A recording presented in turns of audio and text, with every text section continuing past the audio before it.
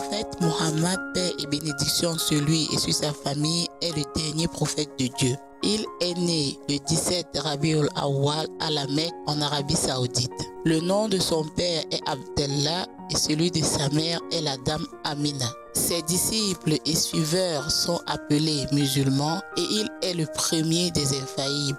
Le prophète Mohammed, paix et bénédiction sur lui et sur sa famille, a apporté le livre de Dieu qui est le Saint-Coran aux hommes. Livre par lequel il a guidé ceux-ci vers Allah, exalté soit-il, et les a éloignés de l'égarement pour les orienter vers la lumière. Parmi les actes d'adoration les plus importants en islam, nous avons la prière. Le messager de Dieu, paix et bénédiction sur lui et sur sa famille, a enseigné aux musulmans à prier et à adorer Dieu 5 fois par jour.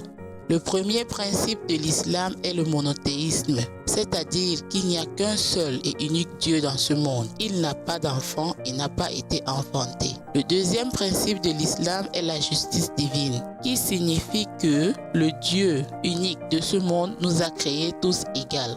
Le troisième principe est la prophétie, c'est-à-dire que Dieu a envoyé les prophètes pour guider les hommes. Le quatrième principe est l'imama, qui veut dire qu'après le départ et le décès du noble prophète Mohammed, paix et bénédiction sur lui et sur sa famille, les imams sont restés parmi les hommes pour préserver l'héritage du prophète et la religion de Dieu.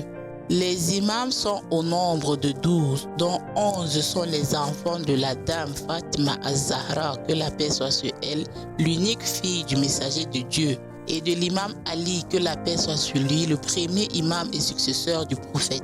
Enfin, le cinquième principe est la résurrection, c'est-à-dire que nous retournerons tous à Dieu.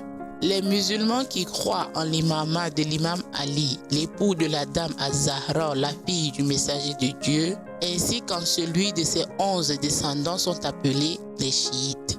Un bon chiite est celui qui respecte et met en pratique les prescriptions du Saint-Coran et les enseignements des imams. Le prophète Mohammed, paix et bénédiction sur lui et sur sa famille, a eu sa première révélation le 27 Rajab et sa mission prophétique a duré 23 ans. Il est décédé le 28 Safar à l'âge de 63 ans et a été inhumé dans la ville de Médine en Arabie Saoudite.